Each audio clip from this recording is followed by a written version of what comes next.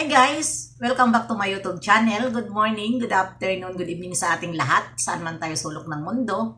Sana'y nasa mabuti tayong kalagayan at ligtas sa anuman masamang kapahamakan. At bago ang lahat, shoutout muna tayo sa founder ng Kalingap, Kuya Bal Santos Matubang at Edna Vlogs, Kalingap Rob, syempre kay Jack Matubang at sa lahat ng mga sponsor na walang sawa tumulong sa mga nangangailangan. More blessing to come. At syempre, shoutout din tayo kay Tita Thankful, Tita Lydia, Sespec, Selixi.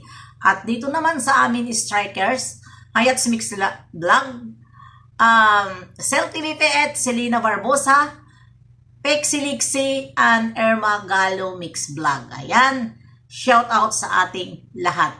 At Langga Rochelle and Dudong Roel. Congratulations sa inyong dalawa. Yan ngayon ang ating reaction video, ano? Dito nga sa nakita ko kay Langga Rochelle sa birthday ng ating love na Pau Pau, ano, na syempre, sino ba ang bida doon, diba? Syempre si Pau Pau dahil siya ang may birthday at kitang-kita naman natin ang pinakita ni Pau Pau na kasayahan sa kanyang mukha, diba? At ayan na nga, ito naman ang aking reaksyonan, si Langga Rochelle, na ito si Langga Rochelle ay tahimik siya sa birthday ni Pau Pau. Ayan. Thank you. Thank you din sa mga supporters na sumusunod sa mga panawagan ni Dudong Roel na kung may mga event o ano paman ay maging behave tayo at huwag makisali kung ano-ano paman ang mga nakikita natin sinitong mga taong mga ibang planeta. Lalong-lalo na, na ito at si Langga Rochelle ay marami din dito ang basher.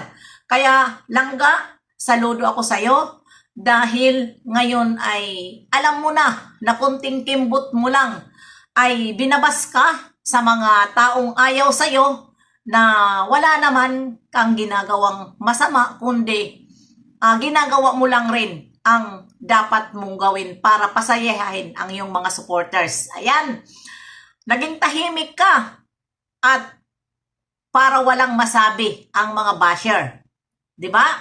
Kaya ayan, ngayon na, di ang ganda na ngayon ay natuto na si Langga Rochelle na hindi na siya yung sabi nila lagi daw Bibi, o ano pa ang mga tawag nila. Diba? Dito, kapag gumalaw lang ng konti. Pero, hindi talaga yan makukuha na galawan ni Langga Rochelle dahil mula sa simula hanggang ngayon, walang pagbabago ang kanyang galawan. Yun na yun. Kung gusto niya humalik kay Dudong Roel, kung gusto na yumakap, kung gusto niya yayakap siya.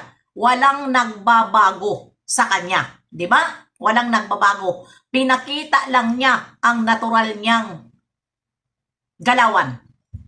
Ayan na.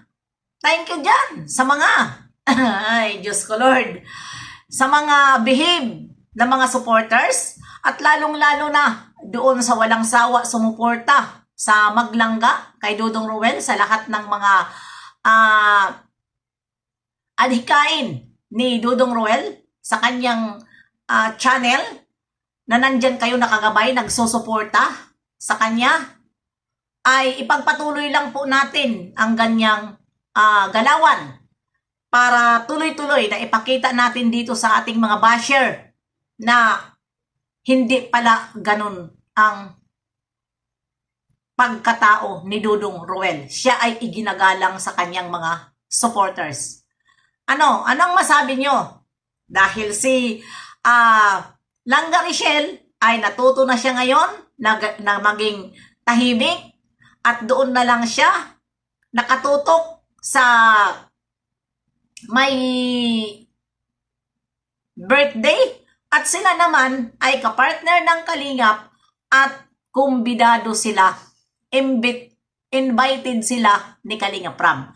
Dahil yun nga ang pinanghawakan din ni Kalingap Rob na salita noon na si Rochelle hindi yan namin itatakwil. kukunin at kukunin pa rin namin siya kapag kami ay mayroon mga event. Nandyan lang si Richelle sa amin. Diba? Ayan. Hindi nga nakalimutan ni Kalinga Prab ang sinabi niya. I-invite niya at natural. Andyan ang kanyang insan, Dudong Roel. Ayan o, nagpatatlo sila. Kalingap Dan, si Roel, at si Kalinga Prab. Ang gagwapo nila, di ba? At mga sakalam na charity vlogger. Di ba? Yan na talaga ang kanilang pamilya. Ano na sila? Yan ang kanilang tawag nito, ugali. Na gusto lang nila makatulong sa mga taong nangangailangan. Kaugalian na nila mula sa tito hanggang sa kanilang mga tatay, si Kalingap Nan, tumutulong din si Kuya Brox, lalong-lalo na ang si Kuya Val, at gayon din si Dudong Roel. At ganon din ang tatay niya, walang pagbabago, at ang kanilang mga asawa. Diba? Si Langga Richelle ngayon ay nagcha-charity na rin.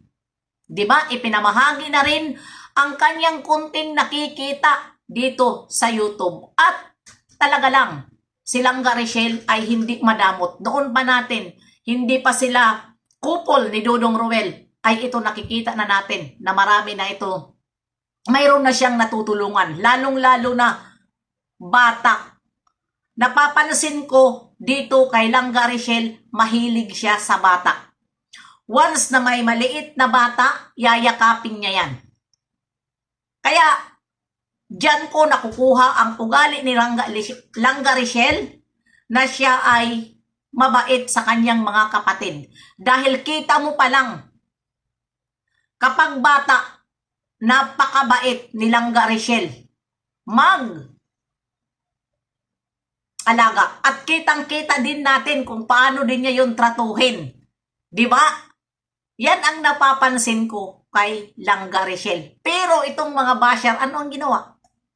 Di ba? Ginawa nila si Butchukoy. Pero wag natin dito isali dahil ang ating dito reaction video ay ito nga nagalawan ni Langga Richelle doon sa birthday ni Pau Pau. Saludo ako sa iyo, Langga Richelle, at saludo din ako dito sa mga viewer na nandyan kayo, nakagabay lagi sa mga upload ni Kalinga Prab, Kuya Val.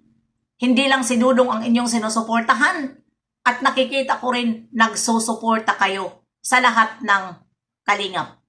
Kaya ipagpatuloy lang po natin ang ating paggabay dito sa magkupol. At ayan na, nakikita na natin na unti-unti nang natututo si Langga Richelle.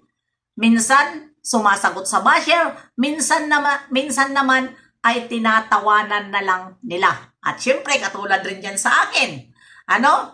Pag nakita ko ang basher na hindi naman masama ang pag-comment niya at ito ay mayroon halong tawag nito, halong